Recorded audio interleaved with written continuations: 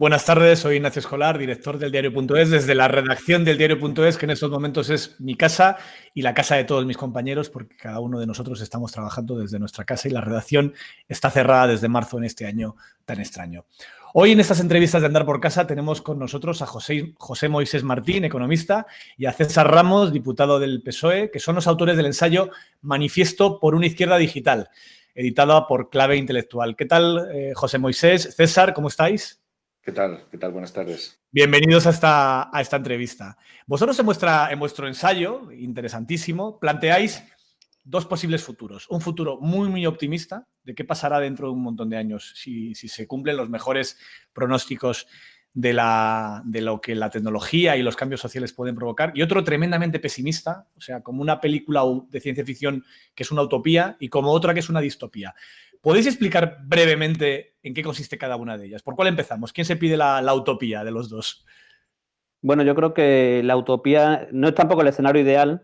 Es un escenario que para nosotros es un escenario que sería mucho más ideal que la distopía, evidentemente, pero es un escenario que tenemos claro que tampoco es el ideal, ¿no? Lo que sí creemos que podemos aspirar a un escenario mucho mejor de lo que la mayoría de gente siente que va a vivir, ¿no? Estamos cansados de escuchar permanentemente que todo el mundo dice que las generaciones futuras van a vivir peor que las generaciones anteriores, ¿no? Nosotros con lo que buscamos, además con el libro, es decir que, oye, podemos aspirar a tener un futuro mucho mejor si tenemos la capacidad de hacer las cosas de forma razonable, de que la política actúe, lo público actúe y que no se convierta esto en un escenario distópico que es en el que piensa la mayoría de gente que vamos a vivir y más después de lo que estamos viviendo en estos tiempos con la pandemia, ¿no? Los escenarios distópicos de las películas se han convertido en realidad con lo que estamos viviendo y tenemos que conseguir que a partir de ahora todos actuamos para que el escenario más positivo que beneficia a la mayoría se convierta en realidad, ¿no? Pero por aclarar exactamente para los lectores que todavía no han visto, que no han leído el libro, que les puede interesar, ¿en qué consistiría ese escenario optimista? Por ejemplo, vosotros planteáis que la jornada laboral se reduce no a 4 días, sino a 3, y que incluso el trabajo, como lo entendemos, desaparece porque nos dedicamos a hacer aquello que más nos gusta. Que tenemos un mundo donde es más importante la reputación que los propios contratos firmados a la hora de interactuar con los demás. Que tenemos un tipo de sociedad donde tenemos garantizada una educación para todos y donde se ha erradicado la pobreza extrema. ¿Todo eso es posible? ¿Todo eso podría ocurrir? Bueno, yo diría que el libro parte de una idea, ¿no? Parte de intentar buscar un camino entre los tecnoutópicos, ¿no? Sí, que son los que plantean ese mundo tan feliz. Todo esto es aquello de decir, bueno, la tecnología nos liberará, ¿no?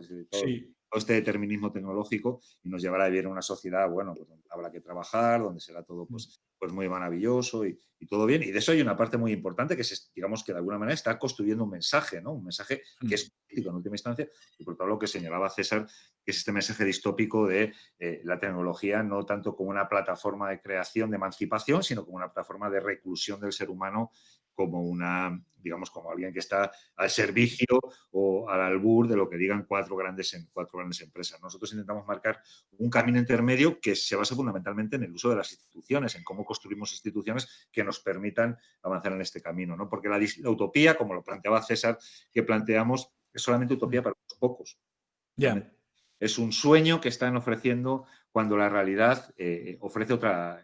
Los datos que ofrecen la realidad son diferentes, ¿no? Por lo tanto, nuestra idea no sería tanto decir, oye, esta utopía es viable, ¿no? Pensamos que ni la utopía ni la distopía que pintamos en el libro son viables. En última instancia, se trata de extremos para referenciarnos, ¿no? Lo que sí que pensamos que puede ser viable es un camino que nos permita avanzar por un mayor progreso y una mayor libertad para todos y todas, partiendo, como decía, de la acción política de las instituciones, que es en última instancia lo que reivindicamos en el libro. Sí que planteáis que uno de los riesgos que tiene el escenario a futuro, el futuro en el que nos podemos enfrentar, tiene que ver con la desigualdad económica que está provocando el cambio tecnológico, que en las últimas décadas está yendo a más, que en este último siglo en todo el mundo está avanzando y sigue avanzando todavía a mayor velocidad. ¿En eso sois optimistas o pesimistas? ¿Pensáis que en el futuro iremos a una mayor desigualdad económica o pensáis que por el contrario se puede combatir? Hombre, todos los datos dicen que el incremento de la desigualdad es mucho en los últimos años, ¿no? Se ha incrementado considerablemente. Y además vemos que el poder se reparte de una forma muy desigual. Las grandes corporaciones empresariales son las que están aprovechando todo el cambio tecnológico para su beneficio. Entonces, lo que tenemos que conseguir es repartir ese beneficio que se está produciendo entre todos. pero la desgracia es que algunos, y sobre todo desde la parte política, nos estamos quedando atrás. Somos incapaces de ver cómo se está transformando la realidad, somos incapaces de ver cuáles son los cambios que se están produciendo y regulamos tarde y mal. Eso de que regulemos tarde y mal lo que hace es que unos pocos se están aprovechando y que a los que teníamos que proteger desde la parte pública, que es a la mayoría de los ciudadanos, no se vean protegidos porque somos incapaces al no entender los cambios que se producen. Por eso lo que hacíamos o lo que buscábamos hacer en el libro era un análisis de las tendencias de futuro para que la gente tenga claro por qué camino vamos. Si tenemos la capacidad de entender previamente hacia dónde vamos, tendremos más capacidad para regular. El problema es que lo entendemos tarde y lo entendemos mal y regulamos mal.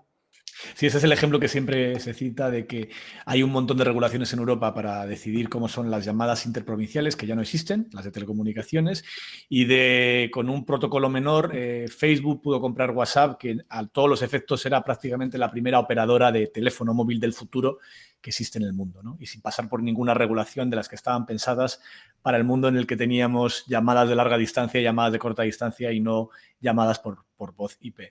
En ese sentido, ¿cuáles pensáis que son los principales retos de la izquierda a la hora de darse cuenta dónde está el verdadero problema y al que se tiene que enfrentar en el futuro? Mira, yo señalaría, luego a lo mejor César puede completar con la visión más del punto de vista de la izquierda como movimiento político y social, ¿no? Sí. Lo voy a mirar desde el punto de vista de la economía, que es lo mío. Yo diría como hay tres elementos que a mí me parecen muy relevantes. En primer lugar, la izquierda tiene que construir un modelo de digitalización y un modelo de innovación que no deje a la gente atrás. Yo sé que esto suena muy mañero, pero que estamos dejando a la gente atrás. O sea, que no es aquello, Así es. No, pero la estamos dejando atrás. O sea, así es. Mayores de 45 años que están descolgados de la tecnología. Tenemos empresas que se van a enfrentar al cierre en los próximos años porque no tienen capacidades ni herramientas para competir con los grandes monopolios. En fin, que hay todo un elemento que yo diría no dejar a gente atrás, que no haya gente que pierda en este proceso de digitalización, ¿no? Lo primero que tendría que señalar. Lo segundo que tendría que señalar es que tenemos que democratizar la digitalización. O sea, la digitalización está controlada por muy pocas empresas. Realmente, si uno mira, hice un ejercicio, yo soy profesor también en la universidad. Les expliqué esto a mis estudiantes este año, ¿no?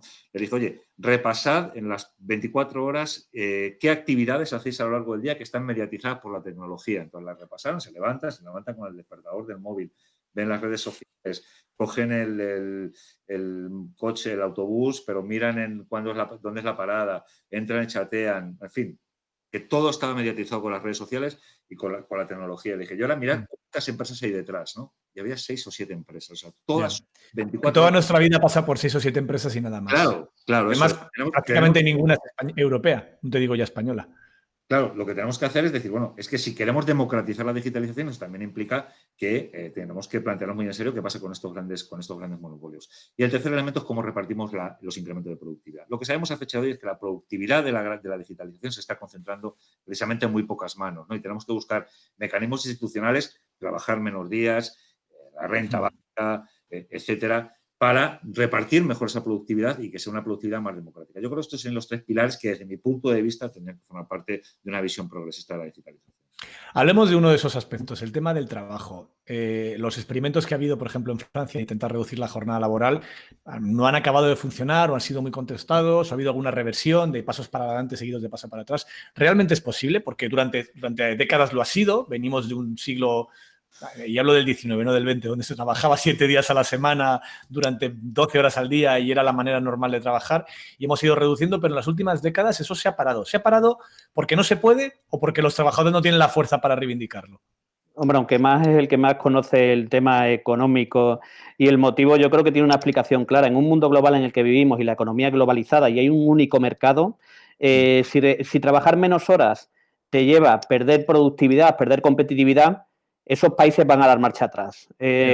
Formamos parte de un conglomerado de países que formamos parte de la Unión Europea y tenemos el reto por delante de hacer estos planteamientos entre todos. Es decir, yo creo que es posible el que se puedan hacer planteamientos en reducción de horas de trabajo, pero si lo hacen todos los países que forman parte del mercado único europeo, conjuntamente, si no puedes tener el peligro o el riesgo de que las empresas del país que lo hagan puedan perder competitividad. Y al final no será una medida que se pueda llevar a cabo. Pero seguramente Moisés, desde su perspectiva de economista, sea mucho más, lo tenga mucho más claro que yo. Moisés, ¿tú cómo lo ves? Mira, yo creo que llevamos 200 años, yo para esto soy keynesiano también, ¿no? Estamos 200 años defendiendo, buscando la manera de luchar contra la escasez y ahora debemos administrar la prosperidad. Yo creo que la productividad en los próximos años se puede disparar y de hecho esto es lo que apunta, que se puede disparar la productividad y lo que tenemos que encontrar la manera de repartir esa productividad. Y a lo mejor no es el momento hoy, porque todavía... No es el momento inmediato para poner en marcha las 4 días laborales a la semana, como estaba planteando, lo planteaban desde Más País, como propuesta concreta para estos presupuestos. Pero ¿crees que habrá que plantearlo en breve, en unos años? Yo creo que ha llegado el momento de empezar a experimentar con ello. O sea, en la medida en que estamos haciendo la productividad, vamos a tener que ir reduciendo la jornada laboral y vamos a tener que pensar en otras fórmulas también interesantes e importantes de garantizar una red social para todo el mundo, porque vamos a un territorio en el cual el mercado de trabajo va a estar absolutamente fragmentado, precarizado y digamos, y donde las trayectorias laborales de la gente van a ser muy diferentes de las que vivimos ahora y tenemos que construir la red social suficiente como para dar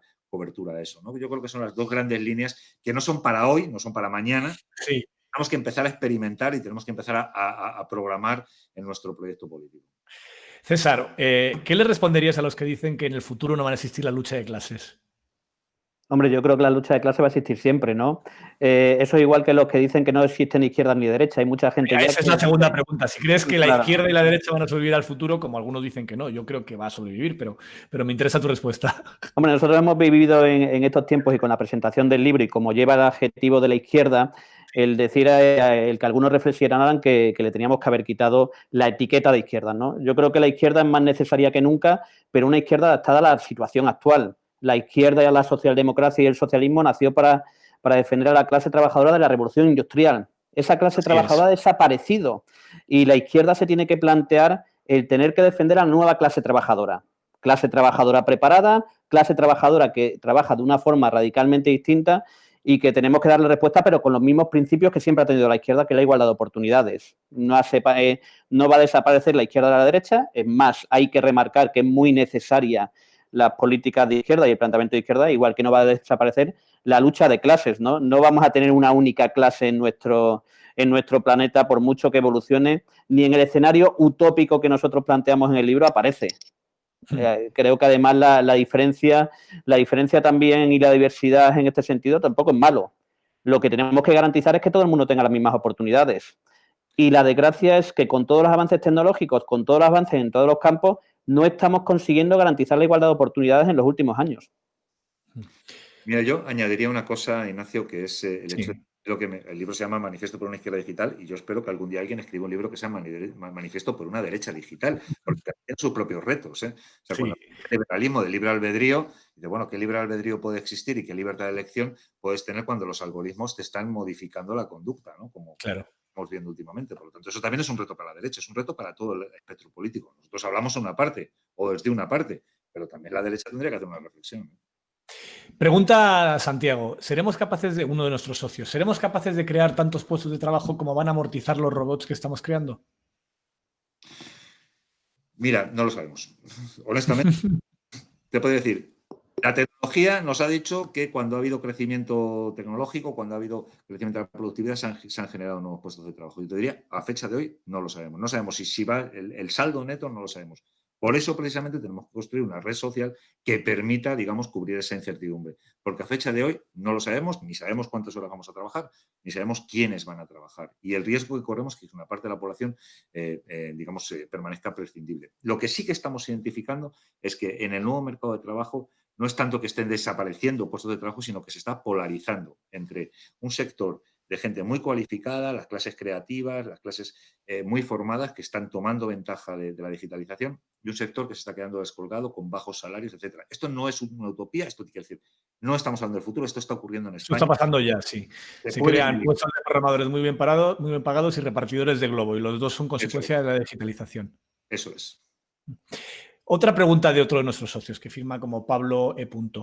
La organización de los trabajadores es esencial para el progreso. ¿El teletrabajo va a adormecer la capacidad reivindicativa en el sector servicios y en otros sectores? El hecho de que los trabajadores no se vean físicamente, no compartan un lugar de trabajo, como está empezando a pasar y cada vez va a pasar más, ¿puede afectar a la capacidad de unión entre los trabajadores? Hombre, lo que ha cambiado y lo que está cambiando es la forma de representar, ¿no? En el libro planteamos cómo surgen nuevos movimientos cada día que desaparecen al mes cuando la causa que defienden ya la han conseguido o se ha reducido el impacto mediático que tienen, ¿no? Los trabajadores, si quieren defender o si quieren seguir defendiendo sus puestos de trabajo de forma colectiva, lo que tienen que buscar son nuevas fórmulas. ¿Eso quiere decir que tengan que desaparecer los sindicatos? Hombre, los sindicatos no tienen que desaparecer. Lo que sí tengo muy claro es que tienen que adaptarse a la situación actual, igual que la política tiene que adaptarse a la situación actual, y los trabajadores tienen que buscar nuevas formas de ser representados y de sentirse representados. Y ahí está el gran reto. El problema es que en todo este cambio de paradigma que se está dando, las empresas se están sintiendo muy cómodas y todos los demás estamos buscando como el sitio, a ver si encontramos el sitio de cómo defendemos nuestros derechos laborales, cómo defendemos un estilo de vida que teníamos y que va a desaparecer. Y además lo que no es solución que algunos plantean, y además tiene que ver un poco también con la pregunta que hacías antes, como protegemos a la gente no es evitando que haya avance tecnológico. Como vamos a proteger a la gente no es evitando que haya robo. Lo que tenemos que avanzar es teniendo en cuenta que esa realidad es la que hay, que el día de mañana, y lo digo por los taxistas con los que tengo muchos debates sobre esto, el día de mañana habrá coches autónomos y tendrán que ver la forma qué papel van a jugar. Pero lo que creo que tiene que tener todo el mundo claro es que no se va a impedir que haya coches autónomos, ni en España, ni en Europa, ni en ningún país del mundo. Por lo que cuanto antes veamos cómo puede ser el cambio y cómo lo adaptamos y cómo aprovechamos ese cambio, o tendremos un problema porque no se va a parar la evolución. Entiendo que lo que estáis planteando, el debate no es tanto cómo parar la innovación, sino cómo evitar que esa innovación genere a gente, o sea, provoque descolgados, personas que se queden atrás y que queden abandonadas a su suerte, que es un poco el gran debate alrededor, desde la llegada de los coches autónomos hasta la robotización en las fábricas, que empezó en la época de los luditas que estaban en contra de las primeras máquinas de vapor que llegaron a las fábricas, a los telares, porque se cargaban un montón de puestos de trabajo. En ese sentido, Moisés, antes hablabas de la importancia de cómo a lo largo de nuestro día a día, desde que nos levantamos hasta que nos vamos a la cama, pasamos por un montón de servicios digitales que nos determinan un montón de decisiones y que estas empresas son muy pocas, las llamadas empresas GAFA. Pregunta uno de nuestros, GAFA, que es el acrónimo de Google, Amazon, Facebook, Apple. Pregunta a uno de nuestros socios, Aureliano, ¿crees posible desmantelar el monopolio de estas empresas? ¿Es necesario? ¿Es un problema real o el problema es otro? Yo creo que es necesario. Yo creo que el poder de mercado que tienen estas empresas, a las cuales uniría otras, ¿no? Pues Microsoft, sí. Yo creo que las hay, ¿no? Quiero decir, es un poder de mercado excesivo, ¿no? En el siglo XIX, a empresas que tenían este poder de mercado en el sector energético se partieron, y todos conocemos la historia de ese antitrust contra las petroleras en Estados Unidos, y que ahora pues nos estamos dando cuenta que la materia prima son los datos, la materia prima somos nosotros mismos, en realidad es un poco como en la película esta de Matrix, ¿no? Donde nosotros somos materia prima, ¿no? En realidad nosotros... Exacto, allí eran baterías, aquí somos datos, pero es un poco lo mismo. Pero, y siento el spoiler, si bien todavía no lo ha visto. Sí. Pero en realidad este es un poco la historia, ¿no? Entonces, en la medida en que la materia prima son los datos y hay 4, 5, 6 empresas que realmente son las que dominan con mucha diferencia el mercado de la gestión, el uso y el almacenamiento de esos datos, yo creo que el caso contra estos grandes monopolios está empezando ahora. En Estados Unidos acaba de empezar. Yo espero que la Comisión... Se acaba de abrir con el caso de Facebook. Eso es, en la Unión Europea también vamos a tomar medidas y que esto va a revertir en nuestro beneficio a medio y largo plazo. Quiero decir que al final tener una sociedad digital más abierta de la que tenemos ahora será bueno y será democratizante para nuestra economía y para nuestra sociedad. César, antes hablabas de los sindicatos y decías que les va a tocar adaptarse, y a los partidos también. En el caso concreto de los partidos en España, ¿cómo los ves? ¿Cómo crees que están de adaptados o de conscientes del cambio que les viene encima? Porque en los últimos años, por ejemplo, en España ha habido un pequeño terremoto. Veníamos de un modelo bastante estable, más o menos bipartidista, con matices, porque siempre existieron los matices de Cataluña y Euskadi fundamentalmente, y los partidos de estas autonomías, pero ahora hemos roto ese modelo bipartidista y estamos en un parlamento donde el CIS hoy no le da a ningún partido por encima del 30%. ¿Crees que eso es algo que se va a quedar? ¿Es consecuencia de este cambio tecnológico? ¿Puede tener una obligación para los partidos, o para el tuyo en concreto, el Partido Socialista, de adaptarse en el futuro? Hombre, lo curioso es que el único cambio que se ha producido es una fragmentación de los partidos. La aparición y desaparición rápida. Yo recuerdo en la anterior legislatura, cuando entraron partidos nuevos como Ciudadanos y Podemos, en el que eran partidos que nacieron en una época digital, nacieron ya con todos los cambios que se estaban produciendo. Lo lógico hubiera sido que lo primero que hubieran propuesto un cambio, una modificación del reglamento del Parlamento adaptarse a la lógica actual. El Parlamento español, igual que el resto de parlamentos, funcionan con la lógica antigua. Y lo curioso es que los partidos nuevos, cuando llegan al Parlamento, pierden la virginidad muy rápido, se adaptan a la moqueta y se comportan en lo bueno y en lo malo igual que el resto de partidos. Yo creo que lo que hay que hacer es todas esas enseñanzas que nos da la sociedad en su funcionamiento diario, que nos dio el 15M, teníamos que haberlo trasladado al Parlamento y no hemos conseguido trasladarlo al Parlamento. Eso, y muchas veces cuando se ha trasladado al Parlamento se ha trasladado más en gestos que en una realidad. Era más importante convertirse o comportarse en el Parlamento como si estuvieras en un plato de televisión o como estuvieras en una asamblea del 15M, pero en la práctica te estabas comportando igual que los parlamentarios de hace un siglo en cuanto al funcionamiento. Eso creo que es lo que tenemos que cambiar. Tengo mis dudas de que lo vayamos a hacer porque esa revolución se tenía que haber dado hace muchos años y no hemos sido capaces. ¿Y cuál crees que deberían ser esos cambios, César? Es decir, exactamente, me refiero a dos. Cuando hablas del reglamento del Congreso, ¿qué crees que habría que adaptar para que ese Congreso pasara al siglo XXI y a la nueva situación en la que estamos? Y en el caso concreto de los partidos, ¿qué deberían entender? Hay que dar más participación a los ciudadanos en la vida parlamentaria, a través de sistemáticas y a través de dinámicas que permitan que puedan participar más en la vida que se da cada día. Tú estás haciendo un debate ahora, o estamos haciendo aquí un debate en el que la gente está participando desde su casa, proponiendo sus preguntas. Nosotros en Extremadura, en el Parlamento extremeño, hace casi 10 años hicimos un experimento con la Ley de Gobierno Abierto. La gente participó con sus preguntas sobre la marcha a la vez que se hacían los debates e intentamos incorporarla. Y yo me pregunto, ¿por qué no tenemos la capacidad de hacer eso en la vida parlamentaria? ¿No sería muy enriquecedor que para cada uno de los debates que se dan en una comisión, no voy a decir en el pleno, en una comisión sobre un tema concreto, la gente pudiera dejar sus comentarios, sus preguntas, sus reflexiones y los que estamos en la sala, que además estamos todo el día con el móvil, con la tablet, pudiéramos recoger ese guante y trasladarlo directamente al debate parlamentario o a la mejora de las iniciativas, ¿no? Solo hay que fijarse en lo que hace la sociedad y trasladarlo al Parlamento. Yo creo que con varias prácticas de las que hace la sociedad cada día, creo que se enriquecería mucho más el Parlamento y no sería un escenario de debate parlamentario permanente que plató de televisión, como he dicho antes, más que un Parlamento que busca o que cuenta con la opinión de los ciudadanos. Moisés, una pregunta de otro socio de tema económico que te toca a ti, que es el tema de los impuestos. ¿Es posible forzar a las empresas digitales que no pagan impuestos o pagan muy pocos impuestos en España para que lo hagan aquí? Santiago González pregunta, hay una parte fiscal no enunciada. Ahora hay empresas digitales que no pagan impuestos, condición necesaria para una economía de cuidados. ¿Se puede hacer o, como nos dicen algunos economistas, es imposible cobrar estos impuestos en un mundo tan globalizado y donde los servicios los contratamos en cualquier parte del mundo a través de Internet, aunque no salgamos de casa?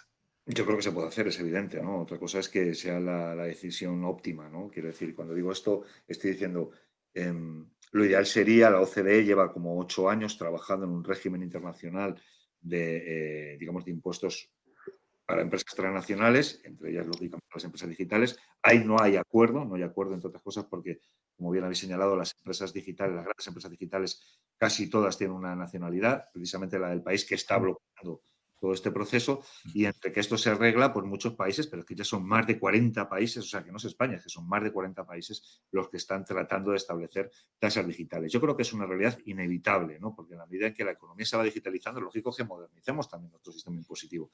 Y entonces, ¿sería ideal que fuera en el ámbito de la OCDE? Desde luego. ¿El segundo óptimo que fuera a nivel de la Unión Europea? Por supuesto.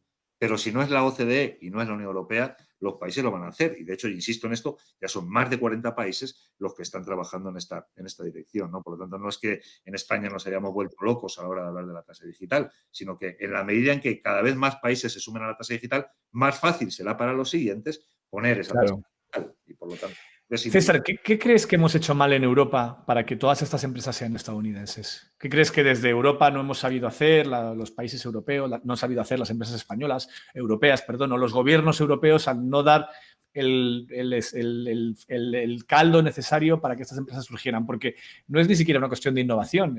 La Internet como tal nace en un centro de investigación público europeo, no nace en Estados Unidos, la actual World Wide Web. ¿Por qué en Europa no hemos construido esas grandes empresas internacionales que tienen en Estados Unidos? Quizás demasiada rigidez. Yo creo que tenemos un funcionamiento demasiado rígido, poco ágil. Por lo menos esta crisis que estamos viviendo con la pandemia lo que nos está enseñando es que tenemos la capacidad de legislar en muy poco tiempo, cambiando legislaciones que creíamos que era impensable cambiar.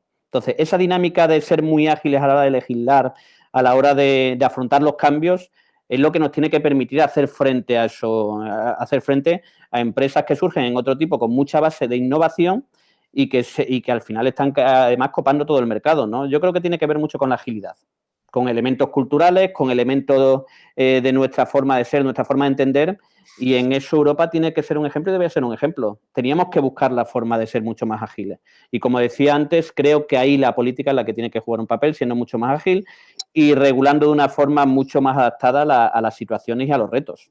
Ahora llega una inversión europea enorme, precisamente para fondos en parte destinados a la digitalización. En España son 27.000 millones, es muchísimo dinero para toda Europa en los próximos 3 años. Moisés, ¿cómo crees que debería priorizarse el reparto de ese dinero para que realmente sirva para dar ese salto que Europa necesita y que España en concreto también necesita? Bueno, vamos a ver. Yo lo que diría es que corremos el riesgo de gastarnos el dinero en infraestructuras y eso sería un grave error. O sea, hay que ofrecer las redes de la 5G, eso es evidente, pero sería un grave error. El elemento fundamental que está detrás del éxito de las economías más digitalizadas y más innovadoras es el capital humano. Entonces, seguimos con las personas. Entonces, ¿qué haría yo con esos 70.000 millones, 240.000 millones? Los invertiría en las personas, los invertiría en la formación, en la cualificación, en la recualificación, en dotarnos de... Volvemos a una receta muy clásica, que es la educación. Pero es que al final lo que hay detrás de todo somos nosotros. O sea, lo que tenemos que tener en cuenta es que nuestro valor fundamental no es tanto si tenemos un móvil o 10, sino qué hacemos con él. Y para decidir qué hacemos con ese móvil, lo importante es nuestra cualificación y nuestro fortalecimiento y nuestro empoderamiento como personas. ¿Cómo creéis que ha afectado esta pandemia en esos retos que tenemos pendientes? Porque hay pesimistas que dicen, bueno, no hemos aprendido nada, va a ser todo igual, no va a ser... Y los hay optimistas que creen que de este gran mensaje que nos ha dado el mundo en el que vivimos al ser humano, en este año tan anómalo como el 2020, esta irrealidad que hemos vivido este año en el que toda la humanidad o casi se quedó encerrada en su casa, que es una cosa que no podíamos haber imaginado ni en una película de ciencia ficción. ¿Hemos aprendido la lección? ¿No hemos aprendido nada? ¿Pensáis que de todo esto sacaremos algo útil para los próximos años, por lo menos a la hora de enfrentarnos a cambios igual de urgentes y de graves como son el cambio climático? Al principio de la pandemia actuábamos de una forma distinta a como actuamos varios meses después, por lo que los cambios mentales tampoco se han producido. Es decir, esos cambios que creíamos que nos iban a transformar y que íbamos a ser mejores personas, más responsables, etcétera, mejores personas, como hemos comprobado, cuando se vive una situación de impacto como la que estamos viviendo, siempre se piensa que van a cambiar las cosas de forma impresionante. Lo que se demuestra con el tiempo es que cambia algo, algunas costumbres, pero que no se transforma radicalmente porque hay muchas costumbres enraizadas en nosotros que no vamos a ser capaces de cambiar. Y que tampoco incluso sería bueno que cambiáramos radicalmente. Creo que tenemos que aprovechar algunas cosas y las estamos aprovechando, pero tampoco se va a producir dentro de un año, lo veremos, un cambio radical en la forma en la que íbamos hace relativamente poco. Mira, yo diría que es demasiado pronto. O sea, nos daremos cuenta de lo que nos ha cambiado esta pandemia dentro de 4 o 5 años. Ahí seremos conscientes de qué es lo que hemos cambiado y que hemos aprendido, más que ahora, ¿no? Sí. ¿Y crees que vamos a salir tan rápido o tan lento como dicen algunos pronósticos? Porque yo estoy escuchando de todo. Gente que es tremendamente pesimista y dice que esto va a ser una crisis de 3 años, 4 años muy profunda. Y gente que está siendo muy optimista y que dice, bueno, el año que viene con la vacuna esto va a ir muy rápido, no se ha destruido un tejido como el que pasa en otras ocasiones. Hay por una vez mucho dinero público que, a diferencia de anteriores crisis, va a permitir que esto sea más rápido. Tú como economista, Moisés, ¿eres de los optimistas o de los pesimistas en este tema? Mira, te voy a decir lo que decimos los economistas en esto. No lo sé. No lo sé. Lo que dicen los economistas más sensatos, quieres decir. No lo sé. No sabemos lo que va a ocurrir. No sabemos lo que va a ocurrir. Lo único que podemos es intentar prepararnos para lo mejor y para lo peor. Y César, ¿tú cómo lo ves? ¿Tú crees que vamos a estar mejor o peor dentro de 3 o 4 años? Hombre, yo soy optimista por naturaleza y entonces voy a decir que creo que vamos a estar mucho mejor, ¿no? Evidentemente mejor de cómo estamos ahora, seguro que vamos a estar por lo menos en la situación de incertidumbre, ¿no? Lo que tenemos que aprovechar la certidumbre cuando se empieza a producir esa certidumbre para hacer esos cambios que hemos dicho que hay que hacer, ¿no? Para hacer esos cambios, para que se beneficie la mayoría y para que dentro de un año nos volvamos a juntar y digamos, oye, pues estamos mejor. Dentro de 2 años, digamos, hemos aprovechado la situación que vivimos y dentro de 3 años, digamos, hemos transformado y somos un continente y un país que ha conseguido aprovechar la oportunidad, ¿no? Oye, pues muchas gracias a los dos, César, Moisés, gracias por este rato con los lectores y socios del diario.es. Os recomiendo otra vez vuestro libro, Manifiesto por una izquierda digital, editado por Clave Intelectual. Un abrazo para vosotros y un abrazo más para todas nuestras socias y socios que permitís que exista este periódico. Chao. Muchísimas gracias. Adiós. Gracias.